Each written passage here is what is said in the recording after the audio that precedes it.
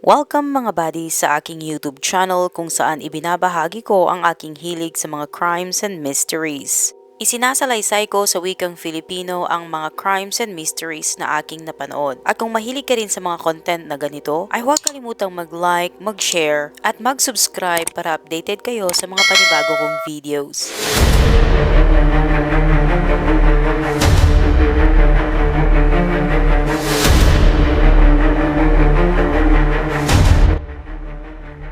Isa siyang natataging estudyante mula sa isang prestihiyosong unibersidad.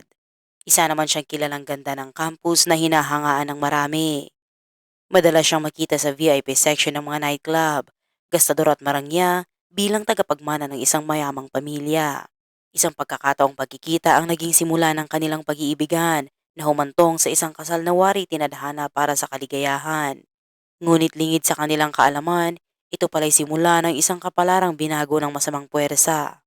Nagkaroon ng insidente sa Nanjing, Jiangsu Province, China, isang lungsod na sumasalamin sa kulturang Jiangnan at isa sa 6 na sinaunang kabisera ng China, kilala sa mayamang humanistikong kapaligiran.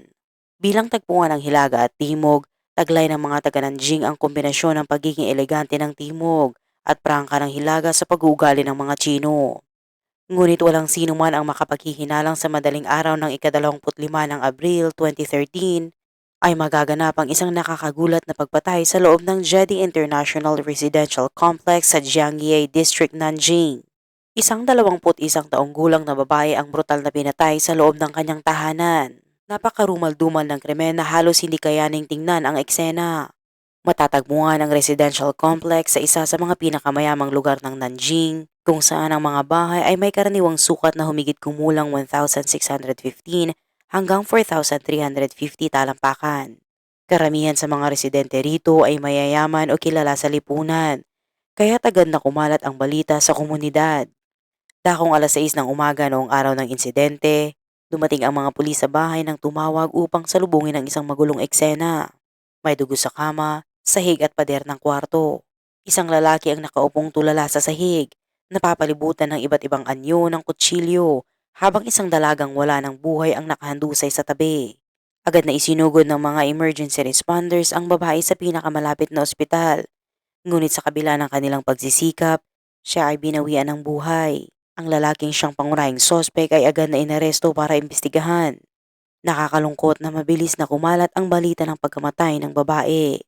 Ayon sa ulat, bumagsak sa matinding dalamhati ang kanyang mga magulang sa labas ng operating room matapos marinig ang masamang balita. Ipinagpatuloy ng pulisya ang kanilang investigasyon sa lugar ng krimen. Ang mga nagulat ng insidente ay isang mag-asawang nasa kanilang 50s. Inilahad nilang ang biktima ay ang kanilang manugang na si Chi Kexin. Magkasama silang naninirahan sa isang villa sa CD International Complex kasama ang kanilang anak at manugang. Sa gitna ng pagkataranta, ikinwento ng mag-asawa ang mga pangyayaring nauwi sa trahedya. Bandang 5:00 ng umaga, narinig nilang nagtatalo ang mag-asawa sa ibaba. Sa unang inakala nilang karaniwang alitan lamang ito ng mag-asawa. Ngunit nabahala sila nang marinig nilang sumisigaw ng tulong ang kanilang manugang. Agad silang bumaba at natagpo ang nakalak ang pintuan ng silid ng kanilang anak. Sa kabila ng kanilang pagkatok at sigaw, walang tugon. Sa matinding pag-aalala, kumuha ng itak ang ama mula sa kusina at binasag ang lock ng pinto. Ang eksenang bumungad sa kanila ay isang bangungot. Ang kanilang anak, habang hawak ang kutsilyo, paulit-ulit na sinasaksak ang kanyang asawa na nakahandusay na at halos hindi na makilala ang mukha. Sumigaw ang ama at sinubukang pigilan ng anak, ngunit tila wala itong naririnig. Kinagat ng ina ang braso ng anak, dahilan upang matauhan ito at mapagtanto ang presensya ng kanyang mga magulang. Sa kasamaang palad, huli na para maisalba ang babae. Ayon sa forensic report, nagtamo ang biktima ng 61 saksak, karamihan ay sa dibdib, tiyan at mukha. Malalalim at siksik ang mga sugat, patunay ng matinding galit at kalupitan ng sospek. 4 na kutsilyong may bahid ng dugo ang narecover sa lugar ng krimen at itinuring ng mga posibleng ginamit sa pagpatay. Nakilala ang sospek bilang si Ji Xingpeng. Pagkatapos ng insidente, hindi makapaniwala ang kanyang mga magulang. Aminado silang madalas mag-away ang mag-asawa, ngunit wala silang narinig kailanman na maaaring humantong sa ganitong karahasang pag-atake. Habang ang mga pulis ay nag-iimbestiga, Bumaba mula sa itaas ang kasambahay na may bitbit na umiiyak na sanggol. Kinuha ito ng ina ni Ji Xingpeng at napahagulgol sa iyak. Lumabas na ang batang babae ay wala pang 1 taong gulang at apo pala nila ito. Lalong naging palaisipan sa publiko kung anong uri ng galit o alitan ang maaaring nagtulak sa ganitong kasindak-sindak na trahedya. Si Xi Jinping ay isang huwarang halimbawa ng tinatawag na rich second generation sa China. Mga anak ng mayayamang magulang na lumaking spoiled at rebelde. Ipinanganak noong 1989 sa Donghai, Jiangsu Province, si Ji ay mula sa pamilyang negosyante. Naitayo ng kanyang mga magulang mula sa wala ang isang matagumpay na kumpanyang gumagawa ng stainless steel noong kasagsagan ng industrialization sa China noong early 2000. Lumipat ang pamilya sa Nanjing kasabay ng iba pang mga mayayamang negosyante mula sa Suzhou na pumiling manirahan sa mga urban center. Sa kabila ng tagumpay sa negosyo, nabigo ang pamilya sa pagpapalaki kay Ji. Isang klasikong halimbawa ng rich parents syndrome kung saan mahusay sa negosyo ang mga magulang ngunit bigo sa paghubog ng kanilang anak. Ayon sa dati niyang guro sa Nanjing, si Ji ay bukod tangi. Laging hinahatid sa paaralan gamit ang mga mamahaling sasakyan at palaging nakasuot ng mga designer na damit. Ayon sa kapitbahay nilang executive sa kumpanya ng ama ni Ji, palaging wala ang ama sa bahay dahil sa negosyo. Samantalang abala naman ang ina sa paglalaro ng mahjong at pakikisalamuha. Sa halip na gabay, pera lang ang palaging ibinibigay kay G.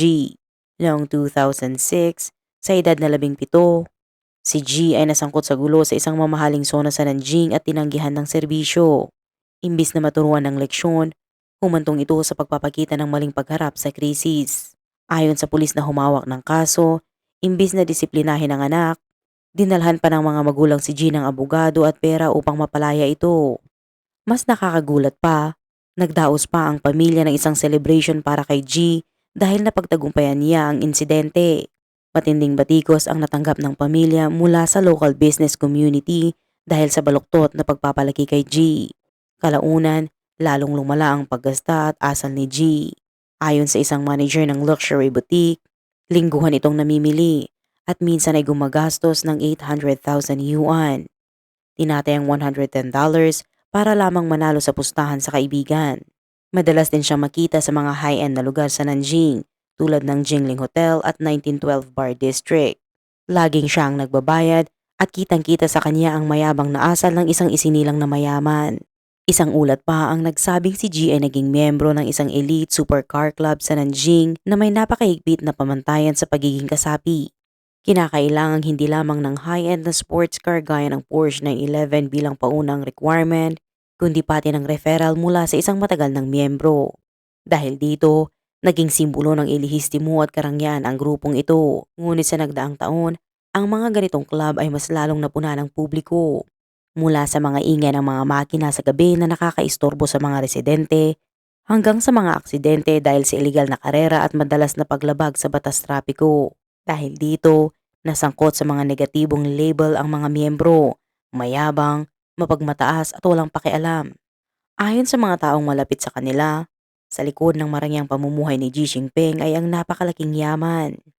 Mayroon siyang ilang mamahaling sasakyan at high-end na mga ari-arian at iniulat na gumagastos siya ng 100,000 yuan, tinatayang 14,000 USD bawat buwan para lamang sa in-game purchases. Ayon sa isang ulat ng credit report mula sa isang commercial bank noong 2012, si GI may mahigit 20 million yuan, halos 2.8 million USD sa mga liquid assets sa kanyang pangalan.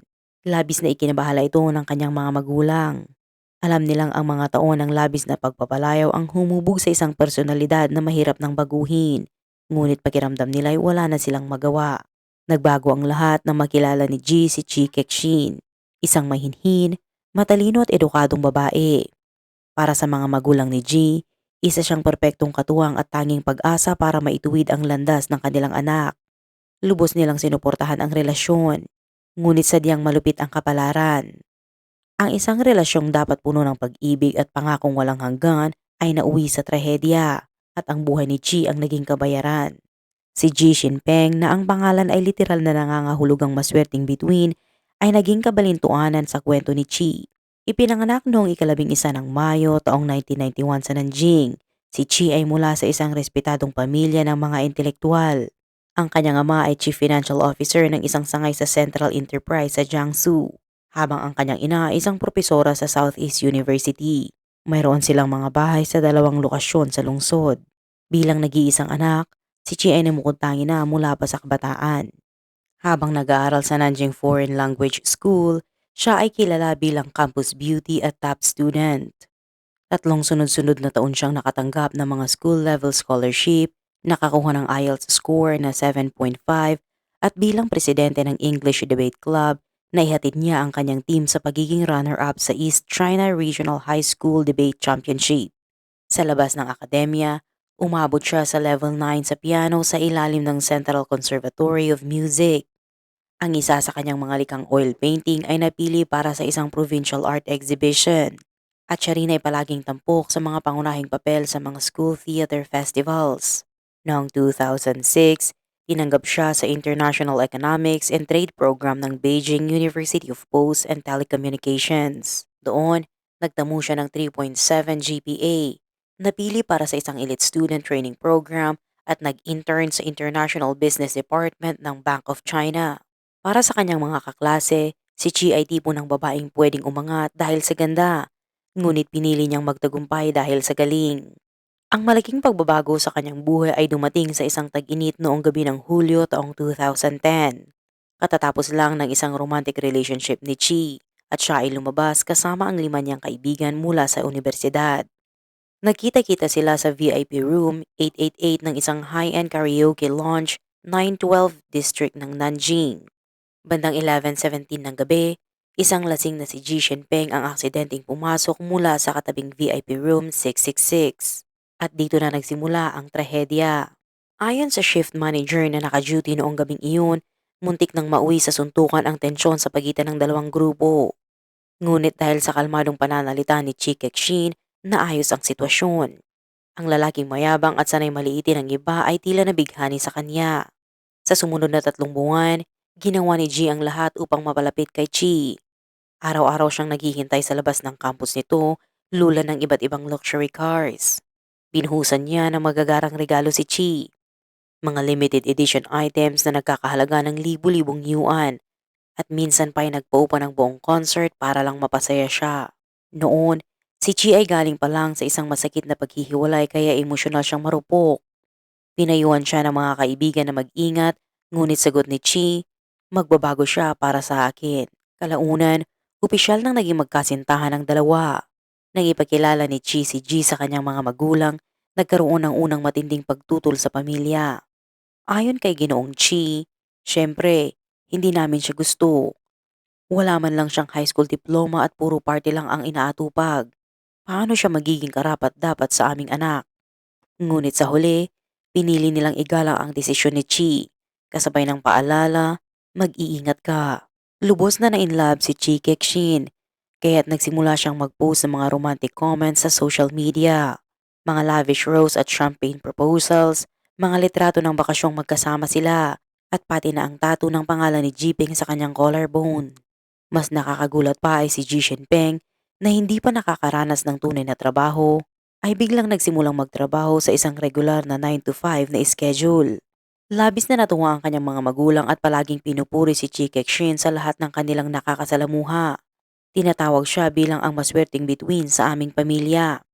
Ngunit ang mga magulang ni Chi ay hindi pa rin kumbinsido.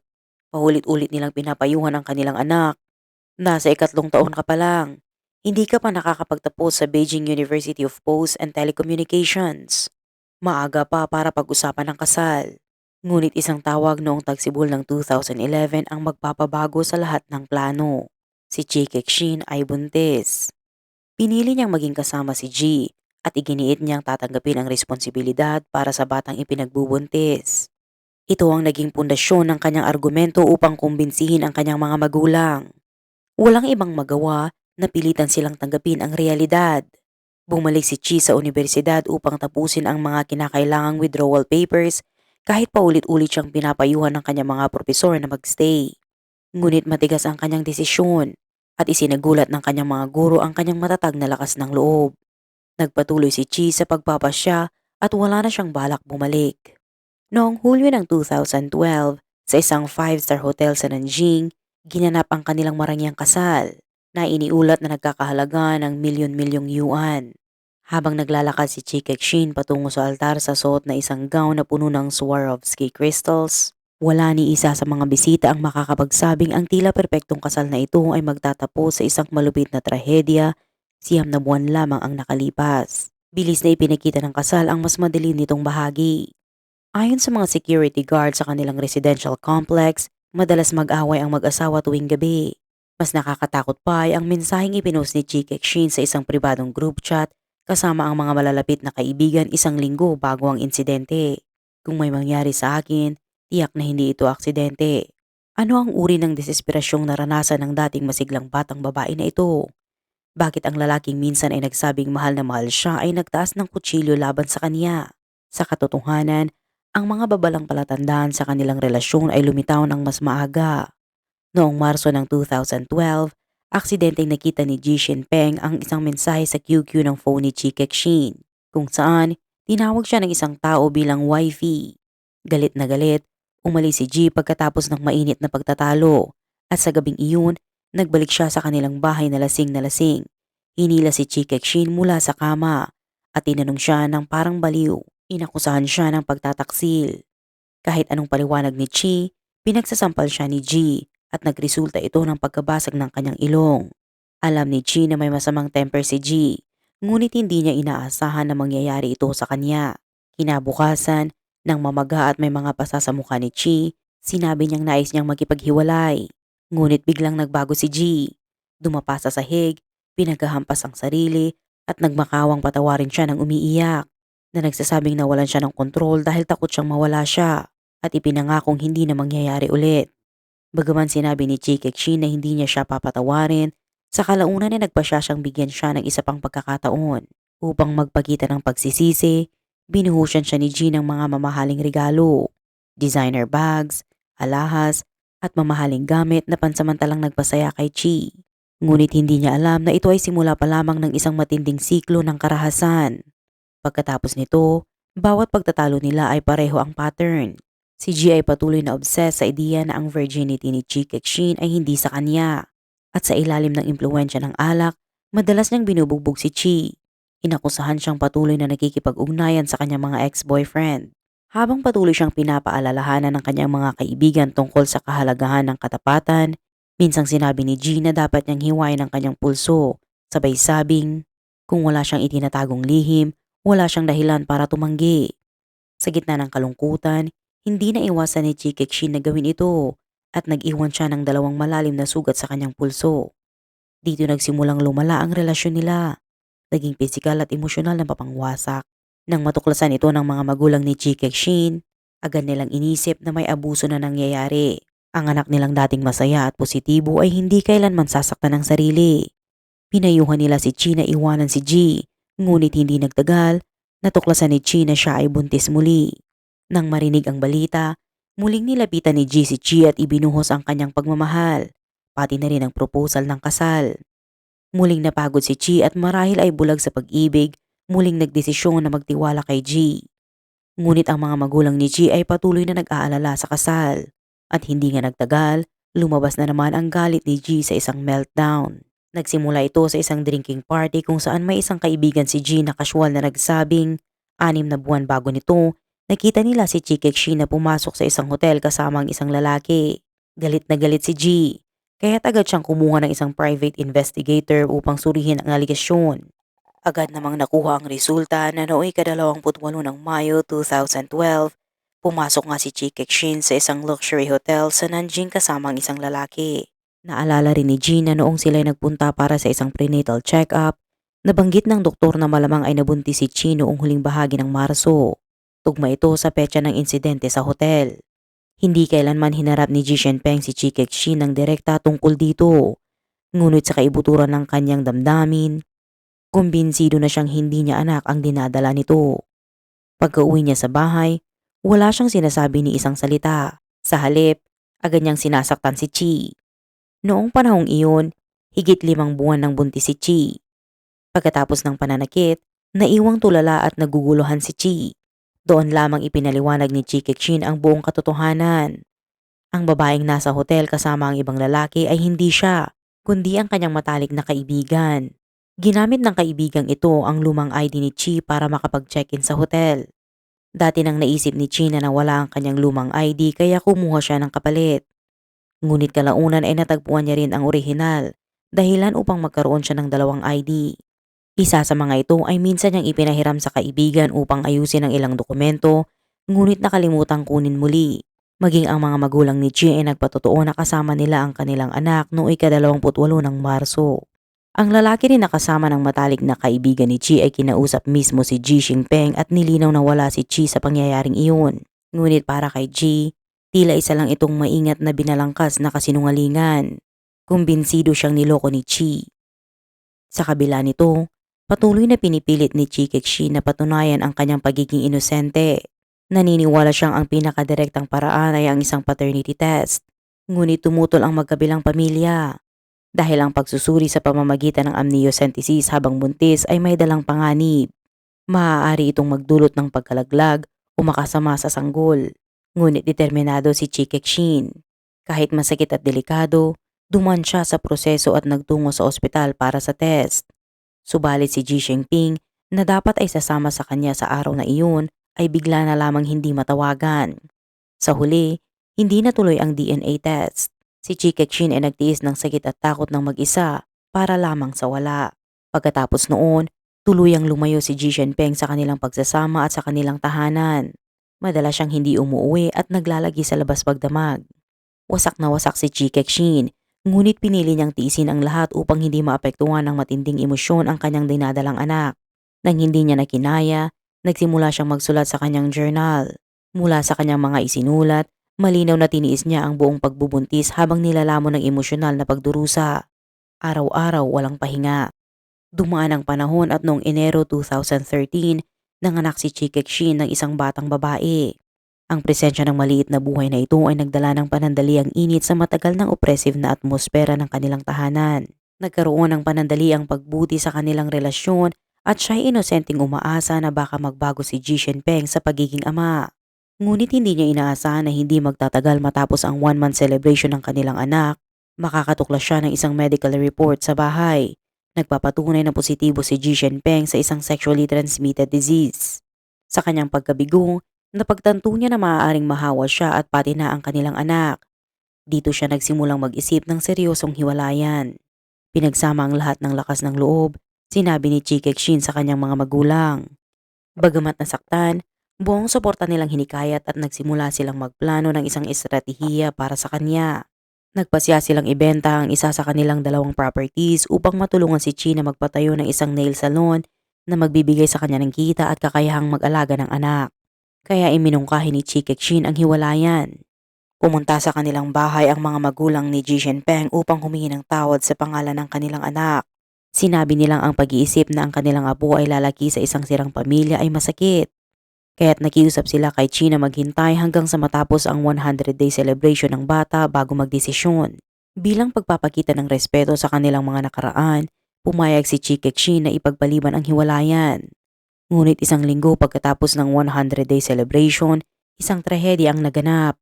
Noong gabi ng ika-24 ng Abril taong 2013, nagpunta si Ji Shenpeng sa isang nightclub upang mag-party. Pagkatapos ng ilang inumin, may nagbiro sa kanya at tinanong, "Sigurado ka bang sa iyo ang anak mo? Hindi mo siya kamukha." Sa laking gulat ni Ji, agad siyang umalis sa club.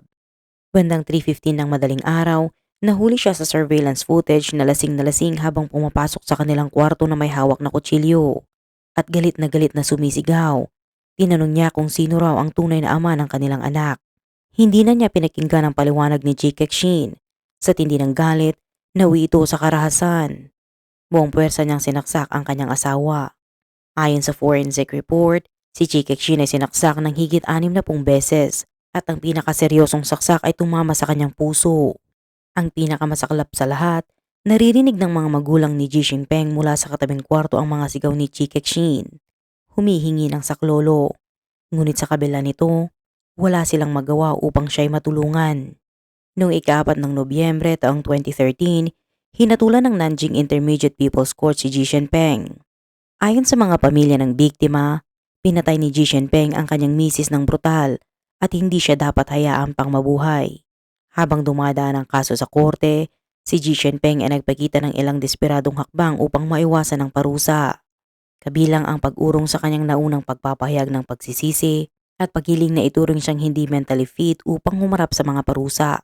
Ngunit sa huli, itinuring siya ng isang psychiatric department na walang sakit sa pag-iisip at may kakayahang humarap sa batas. Noong ika-18 ng Abril taong 2014, ipinagkaloob ng Nanjing Intermediate People's Court ang unang hatol at pinatawan si Ji Shinpeng ng parusang kamatayan na may 2 taong reprieve, kasama ang permanenteng pagbawi ng mga karapatang pampulitika at hindi na maaaring mag-apply para sa pagpapagaan ng parusa.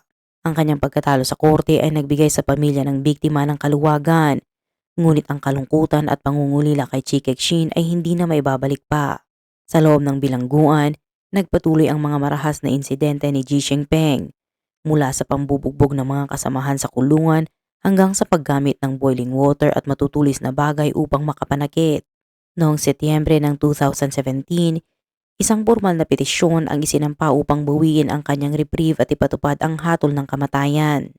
Noong ika-24 ng Nobyembre taong 2020, inaprubahan ng Supreme People's Court ang kanyang pagbitay ayon sa batas.